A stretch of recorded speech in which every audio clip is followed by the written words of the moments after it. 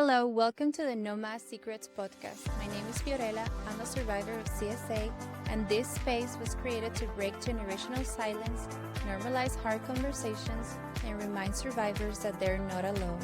Before we start today's episode, I do want to give a trigger warning. We will be discussing CSA, grooming, manipulation, and trauma-related experiences.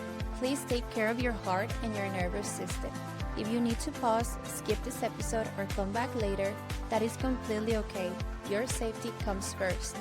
I also want to say this. Everything shared on this podcast reflects personal experiences, perspectives, and alleged events. Nothing discussed here is intended to state verified facts about any individual. This podcast is for awareness, education, and survivor storytelling purposes only. I am not a psychologist, therapist, or medical professional. I am simply a survivor using my voice. This is no therapy, legal advice, or medical advice. It's a conversation meant to reduce stigma and bring darkness into the light. If you are in crisis or need professional help, please reach out to a licensed provider or local authorities in your area. With that being said, let's begin. Welcome to the first episode of the No Más Secrets Podcast. In this episode, I'm going to tell you guys my story, the reason why I created this podcast, and how my life completely changed a couple years ago. First of all, I want to introduce myself. My name is Fiorella. I'm from Costa Rica, but moved to the US almost 10 years ago. And I feel very blessed to live in the beautiful Pacific Northwest. The 4 seasons have truly grown on me. But the story of how I ended up all the way up here, I'm going to save it for another episode. Anyways, like I was saying, my life drastically changed a couple years ago. If someone would have asked me back then if I had a happy childhood, I would have answered with all the conviction in the world that I did. I mean, with ups and downs, because that's just how life is, but nothing very dramatic. At least that's what I thought until my brain said, here are all the traumatic events of your childhood that I have been suppressing for almost over 20 years. And it's been one of the hardest, if not the hardest thing that I've ever gone through. The memories didn't all come back at once, thankfully. I started remembering feelings that I had as a child, but without any context. Feelings like guilt, shame, and fear. I remembered the feelings and the places where I had those feelings, but nothing else. Based on this, I decided to start therapy, and suddenly more explicit memories filled my mind. I think part of the triggers that made all of these memories go loose was becoming a mom. I have a 5-year-old daughter that is my whole world, my whole life.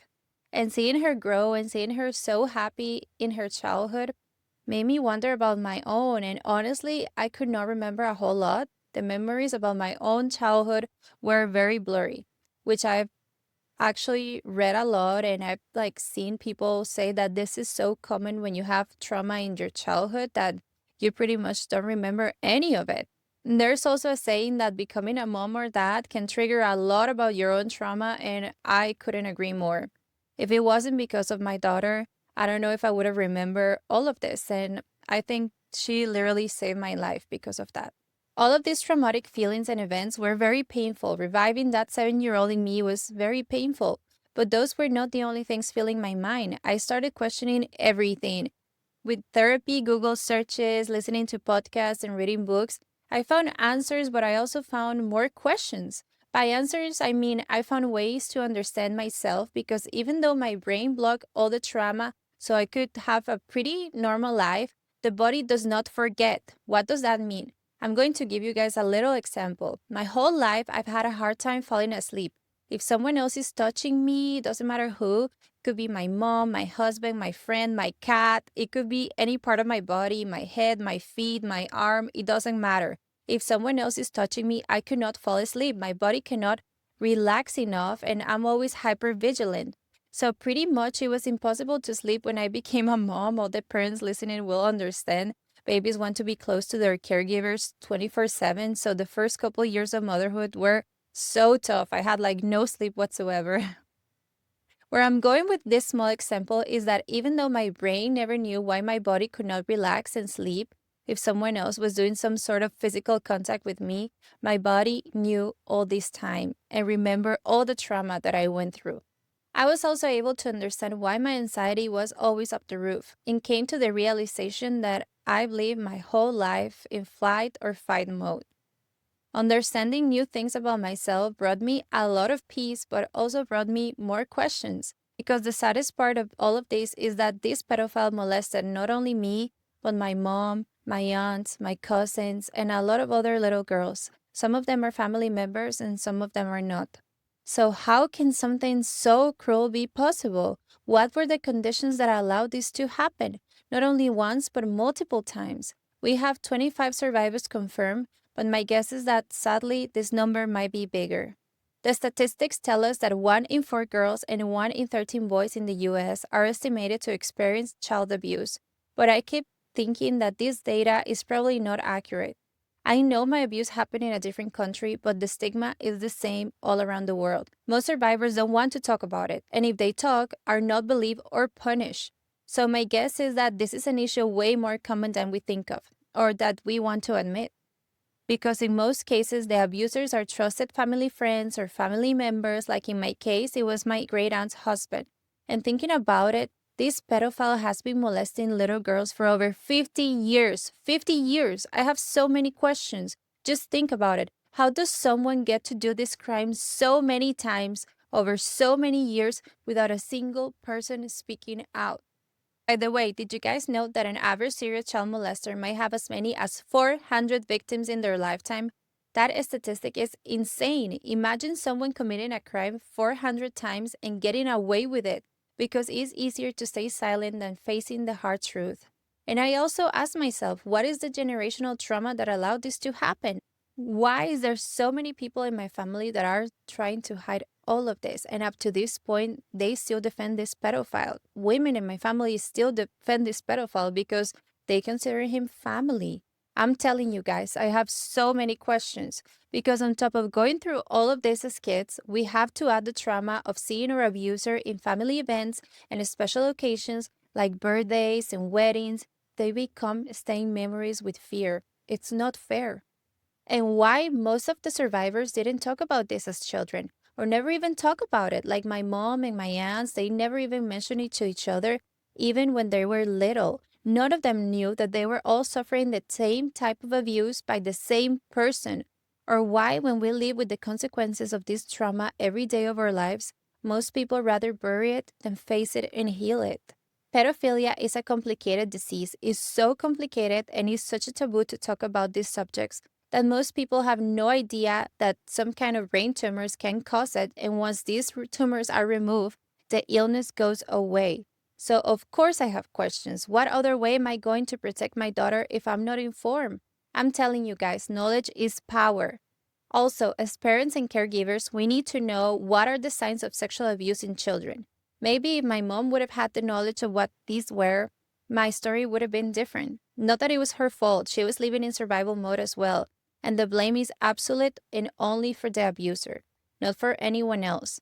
But as I was saying, we as caregivers have to know as much as we can to protect our children. That's one of the reasons why I'm going to talk about not only about the signs of sexual abuse in childhood, but also how we as parents can prepare them and educate them. How the way we're raising them can affect their vulnerability. What are we teaching them? Are we teaching them boundaries? Are we teaching them that they can trust us to tell us however they feel? Are we teaching them that they deserve respect? This is such a vast topic that when I did all the research, I could not believe how much of this trauma had affected me subconsciously.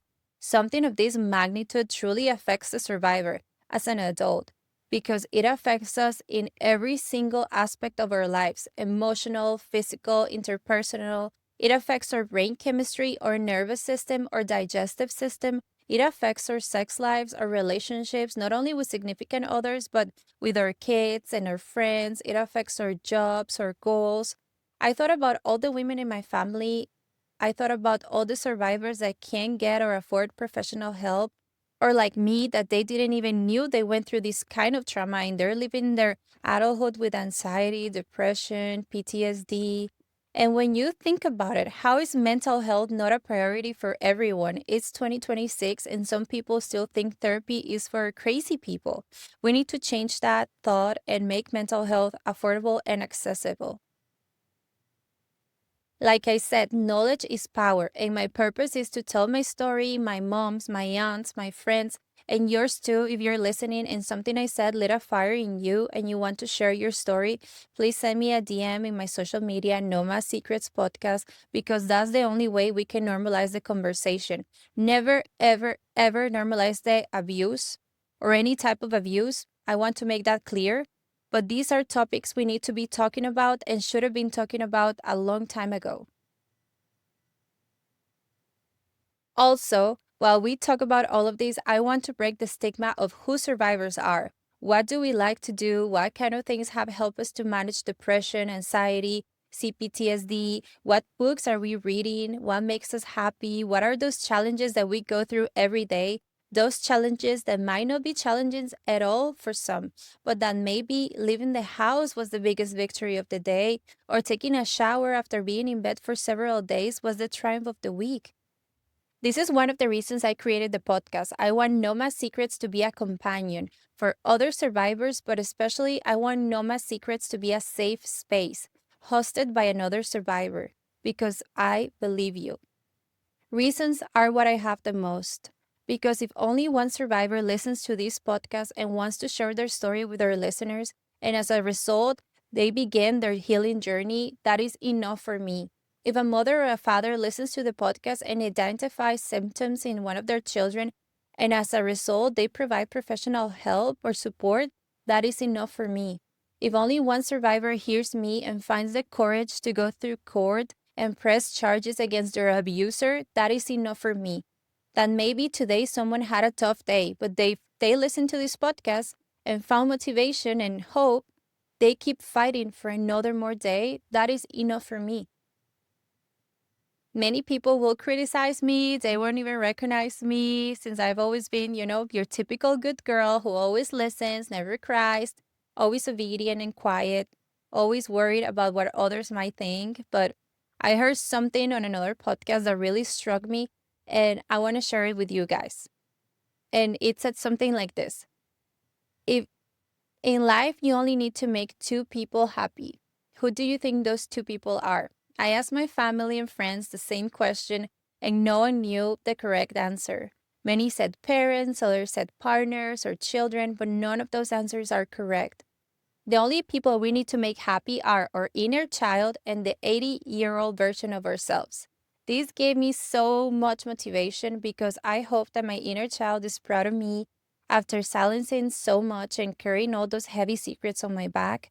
My inner child feels light and proud to reclaim my power and say, this is where it ends. This is where generational trauma ends, cutting the chains and speaking my truth.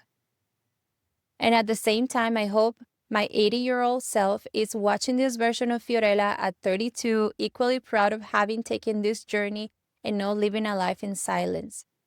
To end this episode, I would like to read a letter I made to all CSA survivors. CSA, the darkness we don't want to acknowledge. Is that empty feeling that catches in the middle of the day? The chills down the spine that come out of nowhere when we're washing dishes or doing something so mundane? The hard time we have trying to fall asleep and feeling so scared in the middle of the night even though there's nothing to be afraid of? The flight or fight response when someone touches us the wrong way? The feeling of not being good enough even when we try our best? We all know the stories, we just don't want to acknowledge them. Sometimes it's our own story. Sometimes they come from grandmas or cousins or aunts or mothers. We see it on the news on a weekly basis. We hear it from our neighbors or sometimes from a close friend. It's in our daily lives, and most times we don't notice it. 1 in 4 girls and 1 in 13 boys is reported to go through CSA in their lives. But I fear this number is way higher because most cases go unreported. Just stop and think about that for a second, because on top of that, there's an estimate of over 800,000 registered sex offenders in the U.S. that are not incarcerated. What that means is that they have joined the community. They're at church, grocery stores, banks. You see them in your everyday life, and you will have no idea. Especially because after being charged, some of them move states and start a brand new life around people that don't know their past. This is only with the ones that have been caught. What about all the ones that have never gotten in trouble, just living their lives like nothing? Because you and I very well know that they don't attack once. They attack 2, 3, 4 times, A serial child molester can have up to 400 victims in their lifetime. How are we going to change that? How are we going to give a better word to our children if we can protect them from this kind of evil? Because with the internet, it's getting worse. They're using AI to generate naked pictures of children. We can't trust anyone, and technology is making it easier for predators. Teenagers being groomed on social media, pictures of kids everywhere.